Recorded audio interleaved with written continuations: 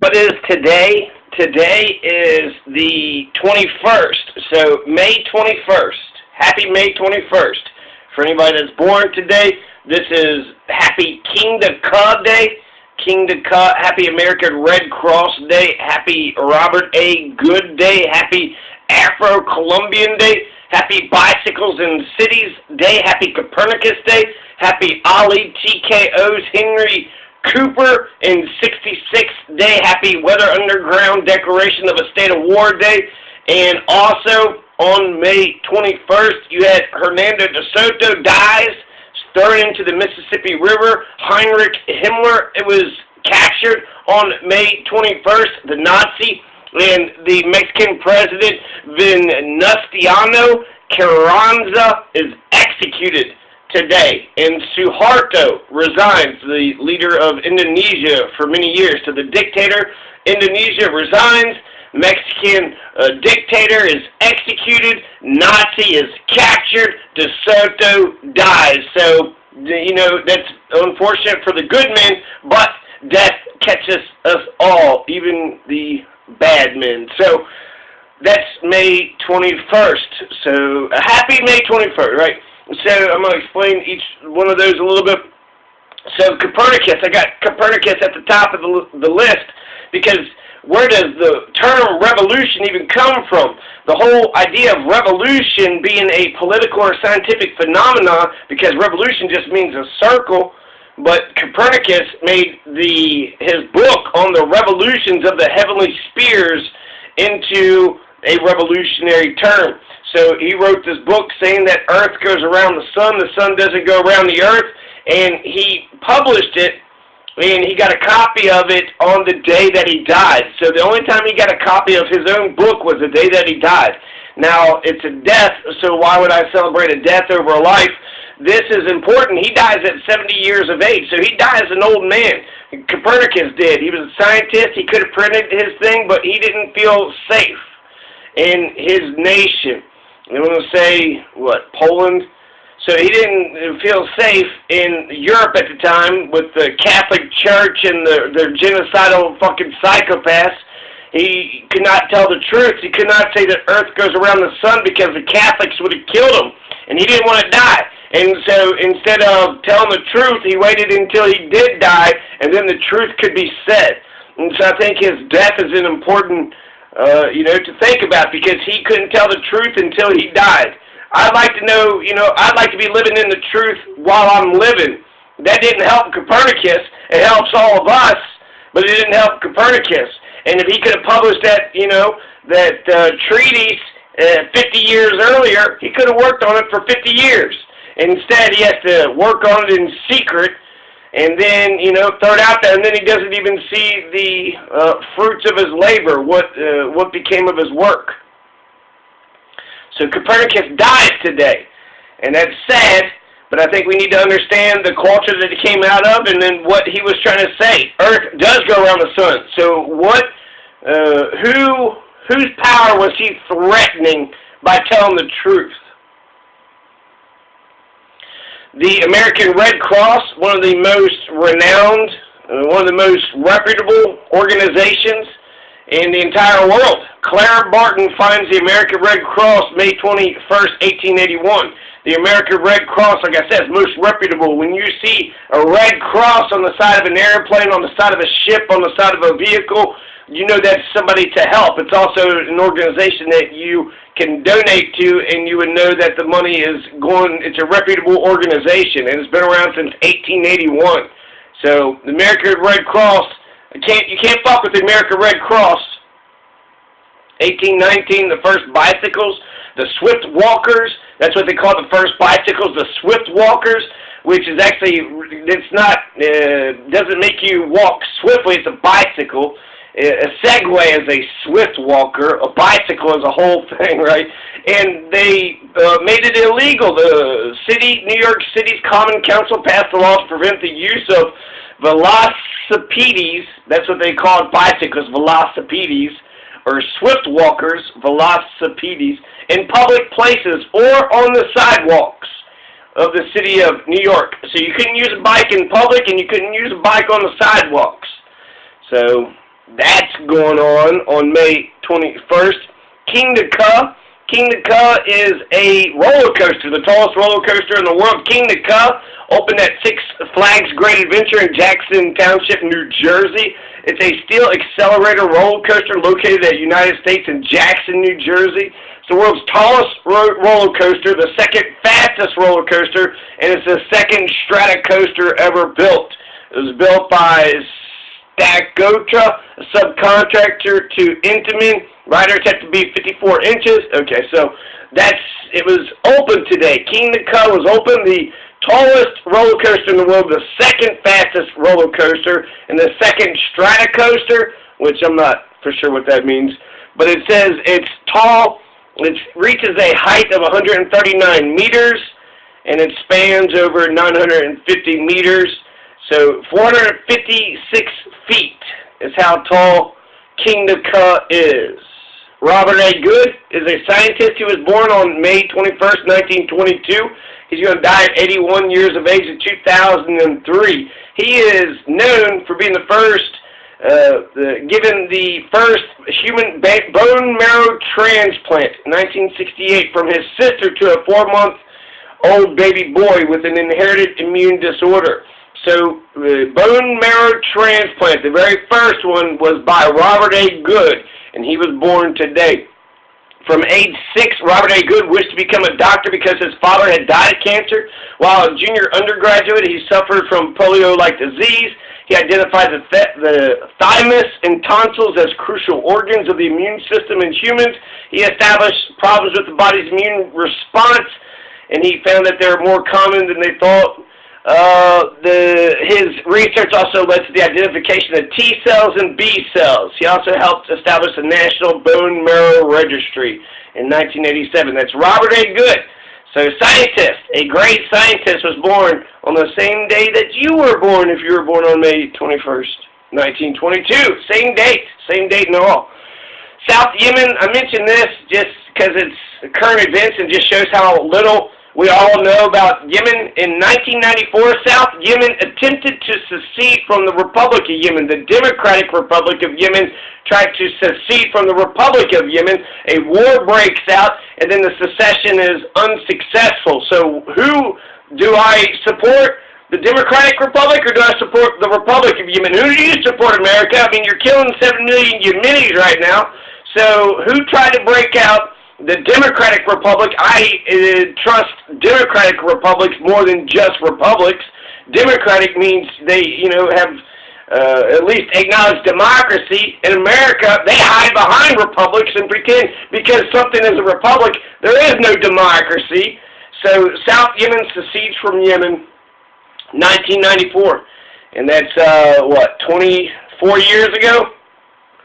So it's a current event thing, but, and it's not really a holiday. It's seceded, so it was like an attempt. If it was like West Virginia was, we don't like slaves, Virginia, and they secede away from it, that's a good thing. If you're breaking away from evil, when the good break away from evil, that's a good thing.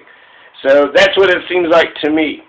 The May 21st, 1966, Muhammad Ali TKOs Henry Cooper in 6 rounds for the heavyweight boxing title. Now, Muhammad Ali was the champion, the heavyweight champion of boxing from 64 to 67, then 74 to 68, and then 78 and 79. But from 67 to 74, that's 7 years of his prime. So he's the heavyweight champion for 3 years, including in 66, when he defeats Henry Cooper, and then 67, but then he's going to get kicked out of boxing for 7 years in his prime. And then even though he gets kicked out for 7 years, he still comes back and he reigns for 2 more years. And then in 78, 79, so for, not for 2 more years, for 4 more years, his second reign. So the first reign was 64 to 67, that was his first reign, 3 years. Second reign, 74 to 78, 4 years. But from 67 to 78, there's a 7-year time span when Muhammad Ali was prevented from being all that he could be because of the Vietnam War. So Muhammad Ali, I think, exemplifies very much the Vietnam generation, the 60s, Black Power.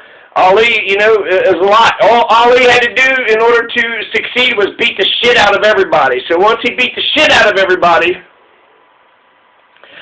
So when he refused to be inducted into the armed forces because of the draft, he was denied a boxing license. In every state wasn't allowed. You have to get a boxing license. He's stripped of his passport. So he doesn't fight from 67 to 70, from ages 25 to 29. And then he gets back into fighting, but he's not the champion until 74. So from 67 to 70, he's not allowed to fight. From when he's 25 years of age, half of his 20s was wiped out. So this is a big deal. I started watching some of this stuff. He'd go down in 6 rounds, a TKO, total knockout. So he didn't just, or technical. Yeah, if they fall down 3 times. I don't know. So the Weather Underground organization releases its declaration of a state of war. I'm just going to read in 1970, May 21st. I'm just going to read a paragraph or so of it. Hello, this is Bernadine Dorn.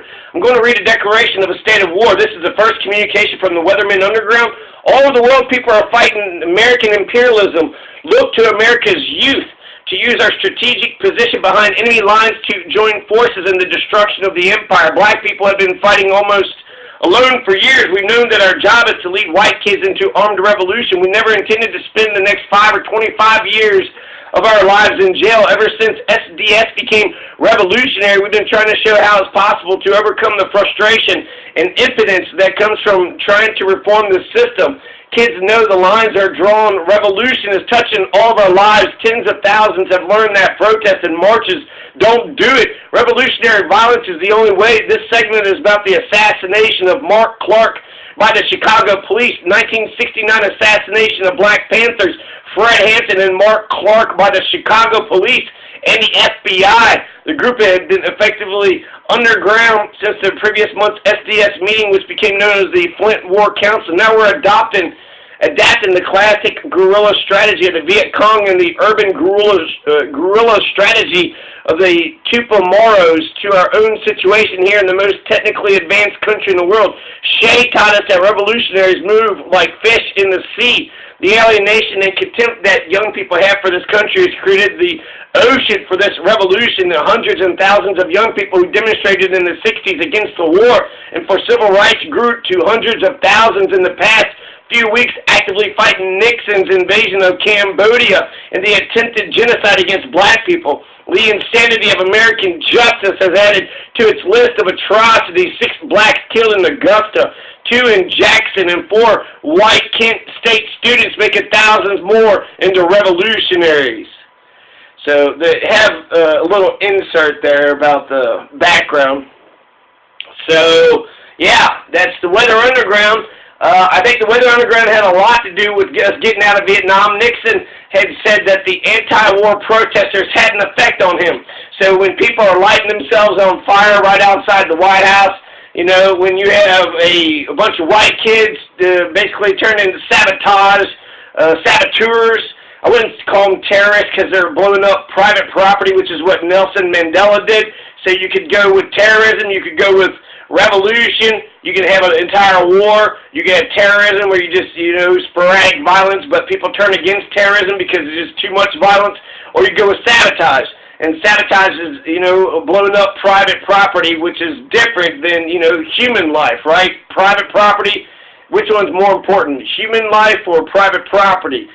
Human life is much more important.